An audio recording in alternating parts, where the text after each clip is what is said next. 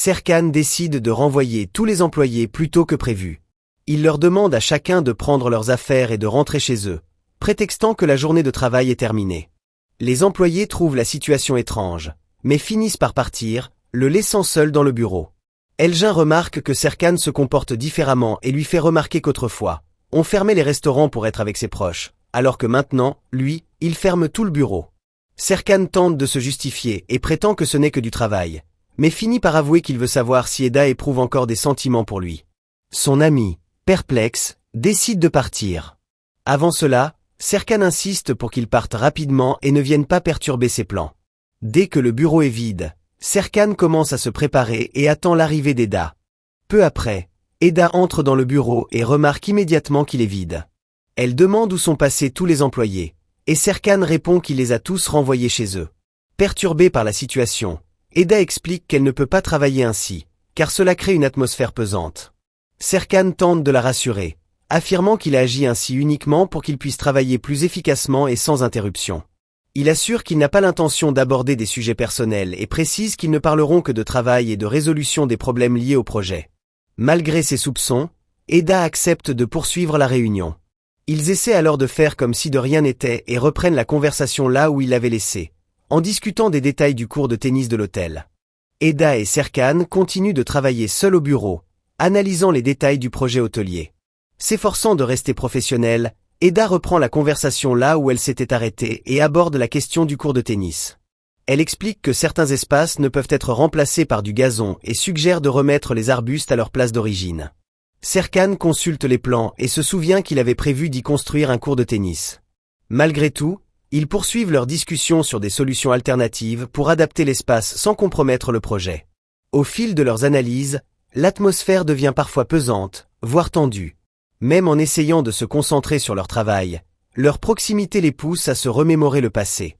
Après avoir examiné une autre partie du projet, Eda confie qu'elle préférerait construire un bâtiment de plain-pied plutôt que deux, afin de mieux exploiter la terrasse. Elle se met aussitôt à réfléchir à des solutions pour intégrer cette idée à l'aménagement paysager de l'hôtel. Elle suggère d'utiliser des plantes grimpantes pour recouvrir une partie de la structure jusqu'à la fin des travaux. Elle explique qu'en poussant et en s'entremêlant, les plantes recouvriront naturellement l'espace et créeront une atmosphère plus harmonieuse. Eda le rassure, affirmant qu'elle peut s'en charger sans problème. Serkan l'écoute attentivement parler du projet. Tout en s'efforçant de maintenir une conversation strictement professionnelle, il s'intéresse à chaque détail qu'elle explique. Peu après, il change légèrement de ton et lui propose d'aller prendre un café pendant qu'ils continuent à travailler ensemble. Pendant qu'Eda est à la cafétéria, Serkan remarque qu'elle consulte sans cesse son téléphone. Il lui fait remarquer qu'elle a l'air d'avoir un rendez-vous important. Eda tente de changer de sujet, et Serkan finit par expliquer qu'il attend une réponse de Denise, qui n'a pas encore répondu à ses courriels. Eda lui suggère de l'appeler, mais Serkan rétorque que Denise ne consulte généralement ses courriels qu'après 1 heure. Elle insiste, disant qu'il se fait peut-être mener en bateau. Malgré tout, Serkan préfère continuer d'attendre. Se rendant compte qu'ils vont encore passer beaucoup de temps ensemble au bureau, Serkan propose de commander à manger. Il comprend qu'Eda ne souhaite pas sortir dîner avec lui, alors il propose de commander sur place tout en continuant à travailler. Eda tente de garder ses distances et dit que s'il n'y a rien d'autre à discuter, elle continuera à travailler puis partira. Cependant, Serkan change à nouveau de sujet et revient à la présentation du projet hôtelier.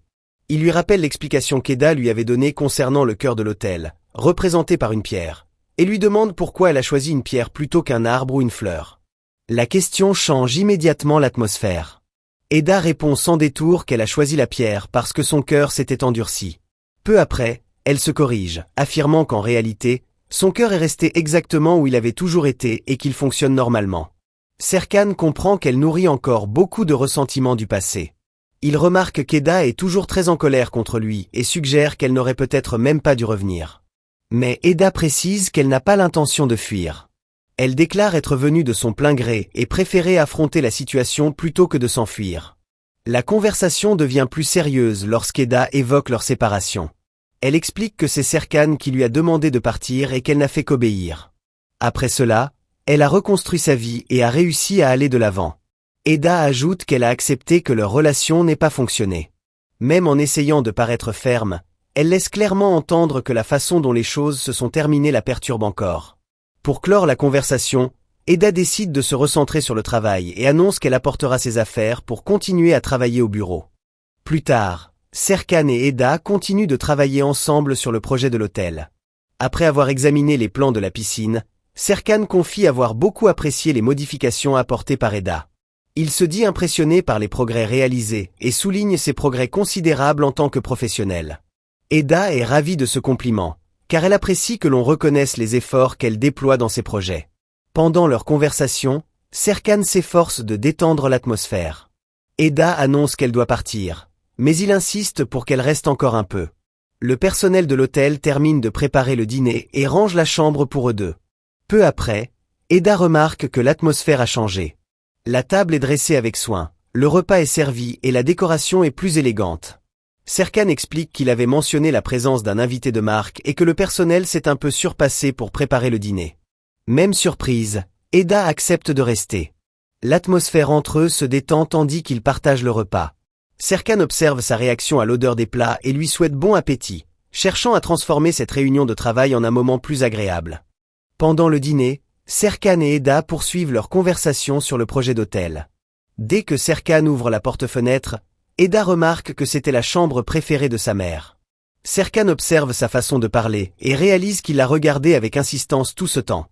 Ils se mettent à évoquer le passé et l'époque où ils étaient heureux ensemble. Serkan confie que cette époque lui manque et dit qu'il croit qu'il pourrait encore être heureux. L'atmosphère entre eux se détend peu à peu et ils se rapprochent. À un moment donné, les cheveux d'Eda s'accrochent et Serkan tente de l'aider. Cette proximité les émeut tous les deux. Eda déclare alors que, même si elle a souffert à ses côtés par le passé, elle a toujours préféré cela à la séparation. Serkan comprend la portée de ces paroles et s'excuse pour tout ce qui s'est passé entre eux. Après leur conversation, Eda reçoit un appel de sa fille. Elle lui parle avec tendresse, lui dit qu'il lui manque aussi et qu'elle est déjà en route. Avant de partir, Eda mentionne qu'elle doit prendre un taxi pour rentrer à l'hôtel car elle doit encore parler à Madame Denise au sujet des plans du projet. Serkan propose alors de la conduire et dit qu'il peut parler à Denise à sa place, cherchant ainsi à rester proche d'Eda et à s'intégrer davantage à son quotidien. Sur le chemin du retour à l'hôtel, Serkan continue de chercher à savoir qui a appelé Eda. Il lui demande sans cesse si elle voit quelqu'un et laisse transparaître sa jalousie à l'idée qu'un autre homme puisse faire partie de sa vie. Agacé par ces questions, Eda lui rétorque qu'il n'a pas le droit de s'immiscer dans sa vie après tout ce qui s'est passé entre eux. La dispute s'envenime dans la voiture. Serkan insiste et avoue qu'il n'arrête pas de se demander si Eda a pu aimer quelqu'un d'autre depuis leur rupture. Exaspéré, Eda menace de sortir de la voiture et de continuer à pied. Serkan finit par descendre lui aussi et décide de l'accompagner, expliquant qu'il avait de toute façon envie de marcher.